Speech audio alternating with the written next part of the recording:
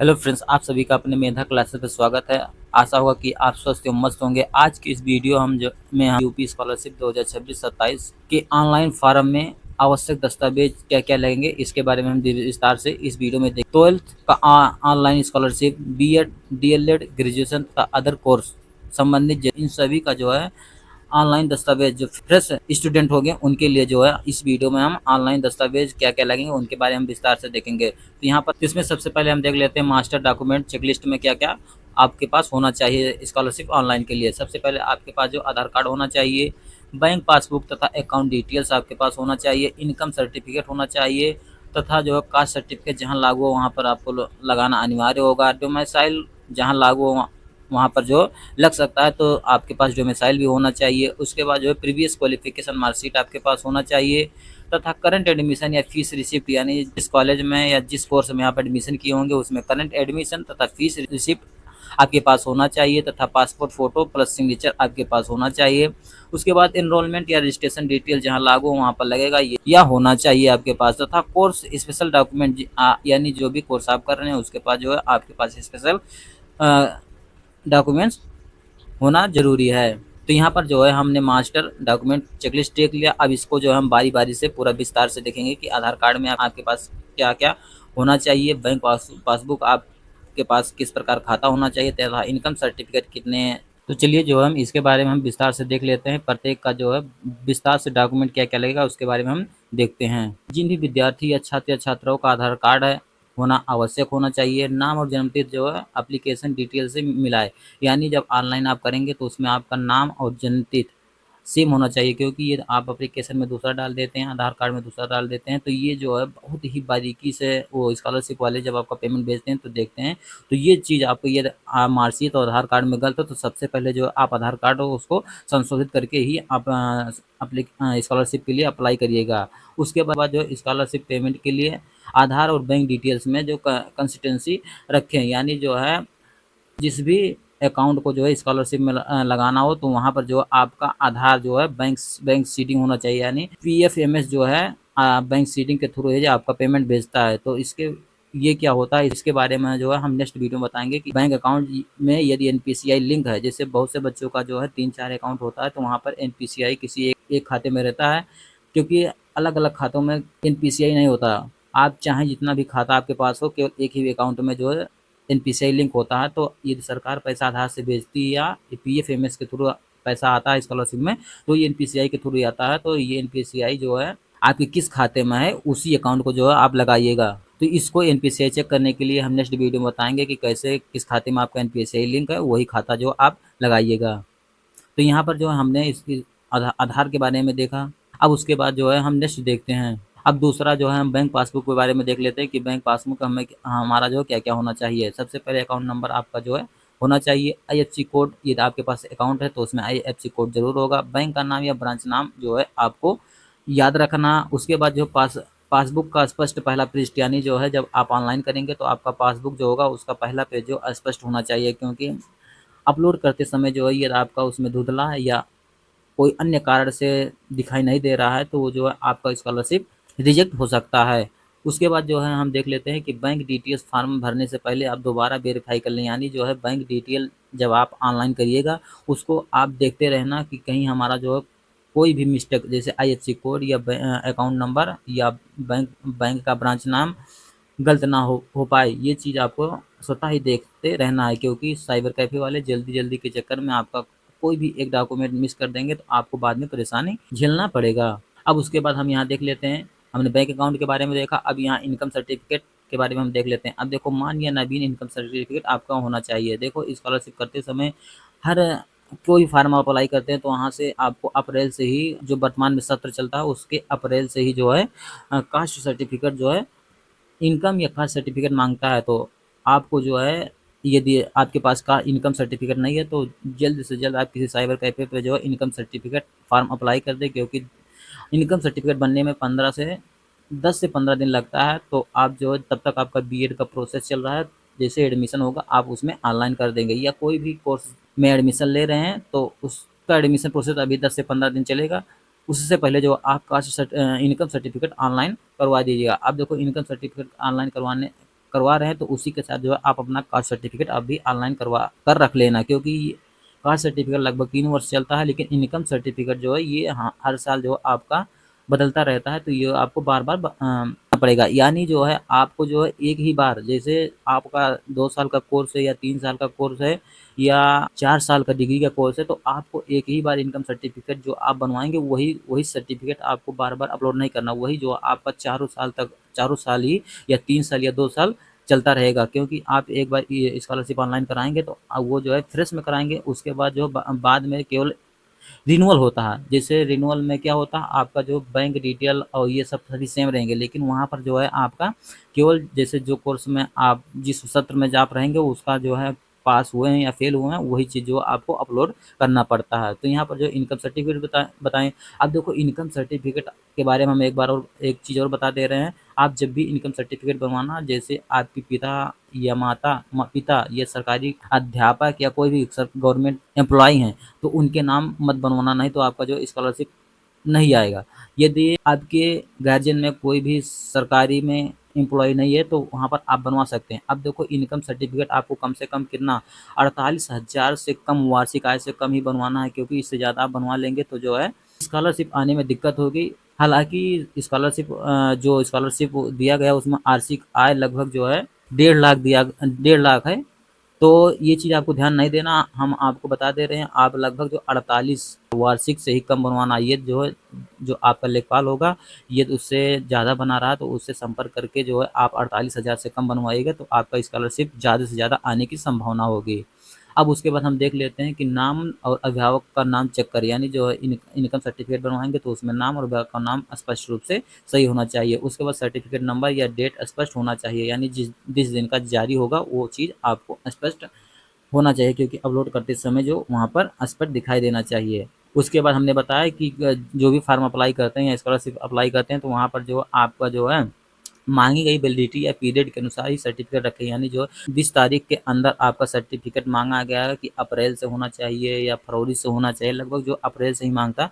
जो सत्र चलता है उसके अप्रैल से ही कोई भी कास्ट, जैसे कास्ट सर्टिफिकेट बनवाते हैं या इनकम सर्टिफिकेट बनवाते हैं या निवास प्रमाण पत्र बनवाते हैं तो उसमें अप्रैल से ही मांगता है। तो आप फॉर्म अप्लाई करने से पहले हमने बताया कि आप न्यू बनवा कर रखे रहना। तो हमने वहाँ पर देखा इनकम सर्टिफिकेट, यहाँ पर कास्ट सर्टिफिकेट के बारे में वहाँ पर भी विस्तार से बता दिया। तो यहाँ पर बताया कि एससी, एसटी या ओबीसी यदि लागू हो तो वहाँ पर आपको एससी का ओबीसी सर्टिफिकेट लगवाना है, कास्ट का एसटी का है तो आप एसटी का लगाइएगा, ओबीसी के हैं तो आप ओबीसी का लगवाइएगा। जो भी बच्चे जनरल का होते हैं उनको जो है कास्ट सर्टिफिकेट बनवाने की जरूरत नहीं होती। अब उसके बाद देखो समस्त अधिकारी द्वारा जारी प्रमाण पत्र, यानी ये आप ग्रामीण है तो लगभग जो है उसमें जो प्रमाण पत्र जारी करता है वो तहसीलदार होता है। उसके बाद कैटेगरी डिटेल से फॉर्म में सर्टिफिकेट के अनुसार ही भरे, यानी जो है जिस कैटेगरी में है उसी कैटेगरी के अनुसार जो है सर्टिफिकेट अपलोड करिएगा, नहीं तो बाद में जो आपको ही परेशानी झेलना पड़ेगा। अब उसके बाद हमने बताया कि ओबीसी कैटेगरी की जो करंट वैलिडिटी या पोर्टल या इंस्टीट्यूट के अनुसार ही चेक करें, यानी जो है दिया रहेगा कि किस तारीख से आपका होना चाहिए सत्र के, अप्रैल से मांगता है या फरवरी से मांगता है या मार्च से मांगता है, उसके बाद ही आपका सर्टिफिकेट बना होना चाहिए। तो ये जो है हमने आपको जो है बार-बार बताया कि कहाँ से आपको होना किस तारीख से होना ज़रूरी है। तो ये चीज़ आपको अच्छी तरह से ध्यान में रखे रहना है। अब देखो उसके बाद हम देख लेते हैं डोमिसाइल के बारे में। ये तो उत्तर प्रदेश डोमिसाइल मांग रहा है। जैसे डोमिसाइल क्यों मांगता है, जैसे बहुत से बच्चे अन्य राज्यों में कोर्स करते हैं, जैसे बीएड, कोई बच्चा बीएड या डीएलएड बिहार का बच्चा वो यूपी से कर रहा है तो वहाँ पर जो है आपको डोमिसाइल मांगता है, तो आप जो डोमिसाइल बनवा कर रखे रहना। ये आप उत्तर प्रदेश में ही बीएड या बीटीसी कर रहे हैं या 10th कर रहे हैं या कोई भी कोर्स कर रहे हैं तो आपको वहाँ डोमिसाइल नहीं मांगता, लेकिन आप ये दूसरे राज्य में कर रहे हैं कोई कोर्स तो वहाँ पर डोमिसाइल मांगता है, तो आपको बनवाना जरूरी है। उसके बाद देखो नाम और पता एप्लीकेशन डिटेल से मैच करें, यानी डोमिसाइल में नाम पता आपका जो है सेम होना चाहिए, यानी नाम पता, पिता का नाम, माता का नाम, डेट ऑफ बर्थ के कोई भी सर्टिफिकेट आप बनवाएंगे तो वहाँ पर जो है सेम ही रहना चाहिए, अन्यथा आप बाद में ही परेशान होंगे। अब उसके बाद देखो पोर्टल या इंस्टीट्यूशन द्वारा विशेष फॉर्मेट या वैलिडिटी मांगी जाए तो वहाँ फॉलो करें, यानी जिस वैलिडिटी में आपका मांग की जाए तो उसी के तरह ही फॉलो करिएगा, क्योंकि आप ये उसके विपरीत करते हैं तो वो जो है फॉर्म रिजेक्ट होने की ज़्यादा से ज़्यादा संभावना होती है। तो यहाँ पर हमने जो है डोमिसाइल के बारे में बात किया कि किन बच्चों को डोमिसाइल बनाना ज़रूरी है। अब उसके बाद देखो हम देख लेते हैं प्रीवियस मार्कशीट। ये देखो आप 12th या अदर में आप स्कॉलरशिप का अप्लाई करना चाहते हैं तो आपका जो है ये 11th में है, तो उससे कम वाले कोर्स का मतलब उससे कम वाले डिग्री का सर्टिफिकेट आपके पास होना चाहिए। यानी यदि आप 12 का स्कॉलरशिप ऑनलाइन करवाना चाहते हैं तो आपके पास 11 का सर्टिफिकेट होना चाहिए। 10th का करवा रहे हैं तो आपके पास 9 का होना चाहिए। इसी प्रकार जो है यदि आप बीएड का स्कॉलरशिप ऑनलाइन करवाना चाहते हैं तो आपके पास जो है ग्रेजुएशन क्वालिफिकेशन का डॉक्यूमेंट होना चाहिए। यदि आप डीएलएड का स्कॉलरशिप ऑनलाइन करवाना चाहते हैं तो आपको जो है ग्रेजुएशन का सर्टिफिकेट होना चाहिए। यदि आप ग्रेजुएशन का स्कॉलरशिप करवाना चाहते हैं तो वहाँ पर जो है 12th का सर्टिफिकेट होना ज़रूरी है। तो यहाँ पर हमने जो है प्रीवियस मार्कशीट के बारे में देखा कि किन-किन कोर्स में यदि आप स्कॉलरशिप ऑनलाइन करवाते हैं तो आपके पास कौन-कौन सा डॉक्यूमेंट होना चाहिए। अब उसके बाद हम देख लेते हैं एडमिशन के समय जो आपके पास फीस रिसीट होना ज़रूरी है। देखो जिस जिस भी कोर्स में आप एडमिशन कराएँगे तो उसका करंट सेशन जो है एडमिशन का आपके पास फीस रिसिप्ट होना चाहिए। कॉलेज या इंस्टीट्यूट द्वारा जो फीस रिसिप्ट होगा उसका भी आपके पास दस्तावेज होना चाहिए। उसके बाद एनरोलमेंट या रजिस्ट्रेशन नंबर यदि उपलब्ध है तो वो भी मांगा जाएगा, तो उसको भी आपको देना पड़ेगा। उसके बाद कॉलेज कोर्स या ईयर सेमेस्टर या फीस डिटेल सही भरने में ही डॉक्यूमेंट का उपयोगी, यानी जो है आपके पास कॉलेज इसका कोर्स ईयर या सेमेस्टर और फीस डिटेल सभी भरने में ये डॉक्यूमेंट उपयोगी। तो यहाँ पर जो है हमने एडमिशन फीस रिसिप्ट के बारे में देखा कि आपके पास क्या क्या फीस रिसिप्ट होना चाहिए। उसके बाद अब अगला पॉइंट देख लेते हैं कि इंस्टीट्यूट डिटेल्स आपके पास क्या-क्या होना चाहिए। तो सबसे पहले देख लेते हैं यहाँ कुछ इंस्टीट्यूट वेरिफिकेशन करेगा, जैसे आपके पास एनरोलमेंट और रजिस्ट्रेशन नंबर होना ज़रूरी है। उसके बाद कॉलेज या इंस्टीट्यूट कोड आपके पास होना ज़रूरी है। जिस कॉलेज से आप कर रहे हैं तो आपके पास इंस्टीट्यूट कोड होना चाहिए। कोर्स प्लस आपका जो है सेमेस्टर है इसका भी डिटेल्स आपके पास होना चाहिए। आप जैसे किसी भी कॉलेज में करते हैं तो वहाँ पर पता कर लीजिएगा सर ये हमारा कोर्स सेमेस्टर है या ईयरली है, तो ये चीज़ आपको ध्यान में रखना ज़रूरी है। अब उसके बाद जो है आपके पास फ़ोटो तथा सिग्नेचर होना चाहिए। देखो रिसेंट पासपोर्ट साइज़ का फ़ोटो आपका वो होना चाहिए, यदि नहीं है तो वहाँ पर तत्काल जो है आप साइबर कैफ़े से बोल दीजिएगा कि हमारा जो है रिसेंटली पासपोर्ट साइज़ फ़ोटो आप खींच कर ही लगाइएगा। उसके बाद स्टूडेंट सिग्नेचर की साफ स्कैन इमेज होना चाहिए। उसके बाद देखो फाइल फॉर्मेट या साइज़ पोर्टल के करंट स्पेसिफिकेशन के अनुसार ही होना चाहिए। जैसे 20 केबी माँग रहता है, 30 केबी माँगता है, जो भी कोई भी माँगता है वो जो है साइबर कैफ़े अपने अनुसार जो है उसको देखकर जो है अपलोड कर देगा। तो यहाँ पर हमने जो है फ़ोटो और सिग्नेचर के बारे में देखा। तो यहाँ पर जो है हमने जो है सभी डिटेल्स को देखा कि सिग्नेचर कैसे होना चाहिए, आपके पास क्या डॉक्यूमेंट होना चाहिए, बैंक अकाउंट के बारे में भी देखा, आधार कार्ड के बारे में देखा। तो यहाँ पर हमने सभी के बारे में विस्तार से देखा कि आपको कैसे किस प्रकार जो है आपके पास क्या-क्या डॉक्यूमेंट होना चाहिए, उसको आप ऑनलाइन कराने से पहले सभी को तैयार करके रखना है। अब यहाँ पर जो है एक झलक में और देख लेते हैं कि जैसे आप 12th में अपना स्कॉलरशिप ऑनलाइन करवाना चाहते हैं या करवा रहे हैं तो आपके पास क्या-क्या होना चाहिए। तो हमने अभी भी एक बार देखा, उसके बाद दोबारा भी देख लेते हैं कि आपके पास आधार कार्ड होना चाहिए, बैंक पासबुक होना चाहिए, जो इनकम सर्टिफिकेट होना चाहिए वो भी 48,000 से कम बना हो। यदि कास्ट सर्टिफिकेट लागू हो तो उसको भी आपके पास होना चाहिए। डोमिसाइल आपके पास लागू है तो उसका भी आप रखे रहना है। उसके बाद 10th का मार्कशीट या सर्टिफिकेट आपके पास होना ज़रूरी है। करंट एडमिशन या क्लास डिटेल्स होना चाहिए, यानी जो आप तो 10th या 12th में एडमिशन ले रहे हैं तो आप जो 12th में ले रहे हैं तो आपको 11 का डिटेल्स होना चाहिए। यदि आप 10th का ले रहे हैं तो आपके पास 9th का डिटेल्स होना चाहिए। उसके बाद जो है फ़ोटो और सिग्नेचर होना चाहिए। तो ये जो है आपके पास 10th या इंटरमीडिएट स्टूडेंट के लिए जो है सभी डिटेल हमने बताया। अब उसके बाद हम बीएड स्टूडेंट के लिए देख ले रहे हैं कि इनके पास क्या-क्या होना चाहिए। तो इनके पास सबसे पहले आधार कार्ड होना चाहिए, बैंक पासबुक होना चाहिए, उसके बाद इनकम सर्टिफिकेट होना चाहिए। कास्ट सर्टिफिकेट है तो कास्ट लागू है तो उसको भी लगाना ज़रूरी है। डोमिसाइल लागू है तो उसको भी रखे रहना ज़रूरी है। ग्रेजुएशन मार्कशीट, डिग्री या क्वालिफ़ाइड प्रूफ होना चाहिए आपके पास।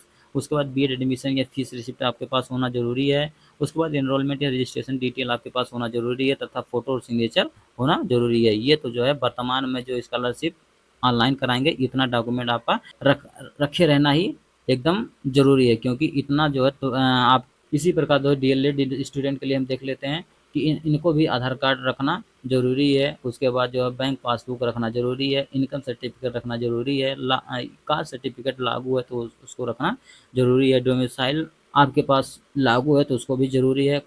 एग्ज़ाम मार्कशीट, यानी जो भी आपका क्वालिफाइंग एग्जाम मार्कशीट या सर्टिफिकेट है उसको रखे रहना है। डीएलएड एडमिशन या फीस रिसिप्ट आपके पास होना जरूरी है। इनरोलमेंट रजिस्ट्रेशन डिटेल्स आपके पास होना जरूरी है तथा फोटो तथा सिग्नेचर होना जरूरी है। तो ये जो है डीएलएड स्टूडेंट के लिए जो है स्कॉलरशिप दस्तावेज का फुल डिटेल्स है। अब उसके बाद हम देख लेते हैं ग्रेजुएशन स्टूडेंट के लिए, इनके पास भी आधार कार्ड होना जरूरी है, बैंक पासबुक होना जरूरी है, इनकम सर्टिफिकेट होना जरूरी है, कास्ट सर्टिफिकेट लागू हो तो ये रखना जरूरी है, डोमिसाइल लागू है तो ये भी रखना जरूरी है। उसके बाद 10th मार्कशीट सर्टिफिकेट रखना जरूरी है। उसके बाद करंट कॉलेज या एकेडमिक फीस का जो फीस रिसिप्ट है उसको रखना जरूरी है। इनरोलमेंट या रोल नंबर आपके पास होना जरूरी है तथा फोटो सिग्नेचर आपके पास होना जरूरी है। ये जो है ग्रेजुएशन स्टूडेंट के लिए स्कॉलरशिप दस्तावेज का फुल डिटेल्स है कि आपको क्या क्या रखना जरूरी है।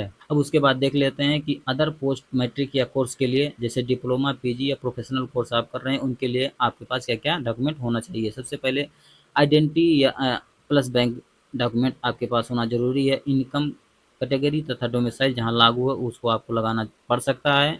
उसके बाद प्रीवियस क्वालिफाई मार्कशीट आपके पास होना जरूरी है। करंट एकेडमिक या फीस प्रूफ जो है आपके पास होना जरूरी है। कोर्स या इंस्टीट्यूशन डिटेल्स यानी जिस भी कॉलेज से आप कर रहे हैं उसका पूरा डिटेल्स आपके पास होना ज़रूरी है। उसके बाद फ़ोटो प्लस सिग्नेचर आपके पास होना ज़रूरी है। ये जो अदर पोस्ट मैट्रिक कोर्स के लिए ऑनलाइन स्कॉलरशिप 2026 दस्तावेज का फुल डिटेल्स है। तो अभी तक हमने जो है सभी कोर्स के बारे में देखा कि क्या क्या आपके पास आवश्यक डॉक्यूमेंट है।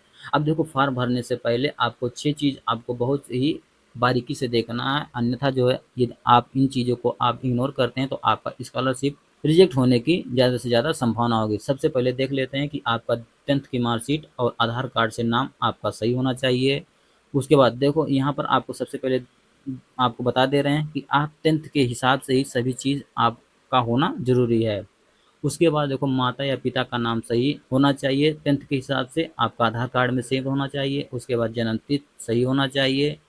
सर्टिफिकेट वैलिड आपके पास होना चाहिए क्योंकि जैसे जो भी सर्टिफिकेट आप कराएंगे, जैसे आज इनकम सर्टिफिकेट आप ऑनलाइन करवा रहे हैं उसमें बोल रहा है कि 2026 का जो है हमको 25 के बाद ही आय सर्टिफिकेट लगाना है और आपने 25 के अप्रैल वाला सर्टिफिकेट लगा दिए तो ये जो है आपका रिजेक्ट होने की ज़्यादा संभावना है।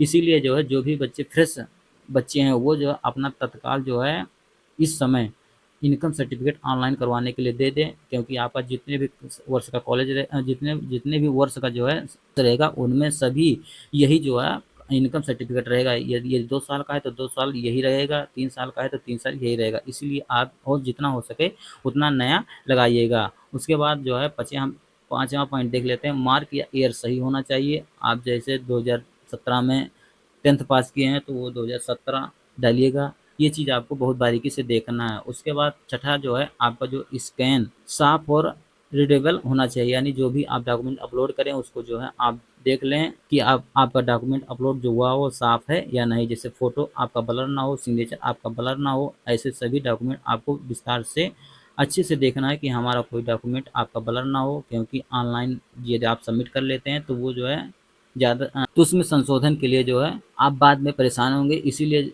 इससे बेहतर है कि आप ये जो है ऑनलाइन करते समय सभी चीज़ों को ध्यान देते हैं तो आपका जो स्कॉलरशिप जल्द से जल्द आने की ज़्यादा संभावना होगी। यदि आप उसमें स्कॉलरशिप ऑनलाइन करते समय आपका कुछ डॉक्यूमेंट गलत है तो आप जो वहाँ पर आपका स्कॉलरशिप आने में फंस सकता है। तो यहाँ पर हमने फॉर्म भरने से जो 6 महत्वपूर्ण पॉइंट को देखा जिसको आपको बहुत अच्छे से देखना है।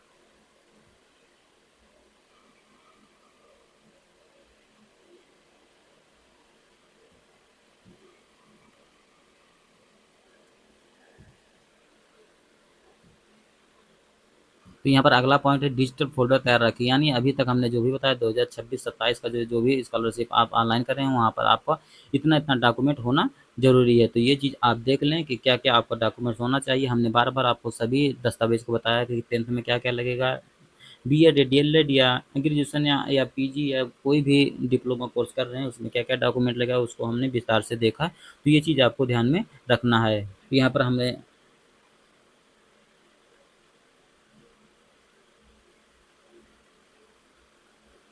इसके बाद हमारा अगला पॉइंट क्या है, फाइनल मास्टर चेकलिस्ट, यानी अभी तक हमने जो भी बताया ये भी चीज़ आपको पास जो है सभी डॉक्यूमेंट्स का चेकलिस्ट होना चाहिए। Aadhaar card bank passbook, account details, यानी जो भी इसमें दिया गया ये जो आपका फाइनल मास्टर चेकलिस्ट है, इसको आप जो विस्तार से देख लें और नोट कर लें। ये सभी डॉक्यूमेंट बनवाकर ही अपना स्कॉलरशिप ऑनलाइन कराइएगा। अब देखो यहाँ पर अगला पॉइंट क्या है, सबसे जरूरी सावधानियाँ क्या है। देखो हर स्टूडेंट के लिए जो फाइनल डॉक्यूमेंट लिस्ट एक जैसे नहीं हो सकती, यानी जो भी बच्चे फ्रेश हैं उनके लिए अलग लगेगा, रिन्यूअल जो भी हैं उनके लिए जो अलग डॉक्यूमेंट लगेगा। कोर्स या कैटेगरी तथा इंस्टीट्यूशन के अनुसार ही अतिरिक्त डॉक्यूमेंट मांगा जा सकता है।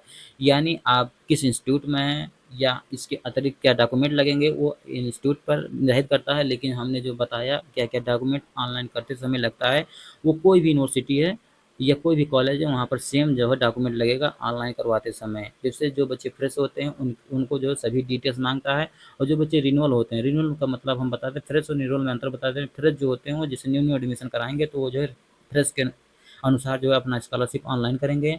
और रिन्यूअल का जो बच्चे, जैसे आप बीएससी कर रहे हैं, आपका फर्स्ट ईयर पूरा हो गया, आप सेकेंड ईयर में पहुँच गए, अब सेकेंड ईयर का स्कॉलरशिप ऑनलाइन करवा रहे हैं तो आप फ्रेश नहीं करेंगे, वहाँ पर रिन्यूअल करेंगे। अब रिन्यूअल में आपका क्या क्या डॉक्यूमेंट लगेगा, वहाँ पर जो आपका केवल जो है फर्स्ट ईयर पास हुए हैं तो उसका जो सीट लगेगा, उसके बाद जो सेकेंड ईयर में कितना फीस लगा उसका जो है फीस रिसिप्ट लगेगा। तो यही जो है दो ही डॉक्यूमेंट के थ्रू आपका जो है सेकेंड ईयर का रिन्यूअल हो जाएगा।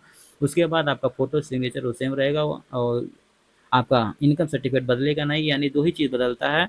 यही दो चीज़ बदलने के बाद आप जो सबमिट करके जो फॉर्म अपना ले जाकर कॉलेज पे जमा कर देंगे। कॉलेज वाले जो है इसको फॉरवर्ड करके यूनिवर्सिटी या कॉलेज पर जो है आपका भेज देंगे। उसके बाद सरकार आपका जो है चेक करके जो आपका आपके खाते में आपकी स्कॉलरशिप भेज देगी।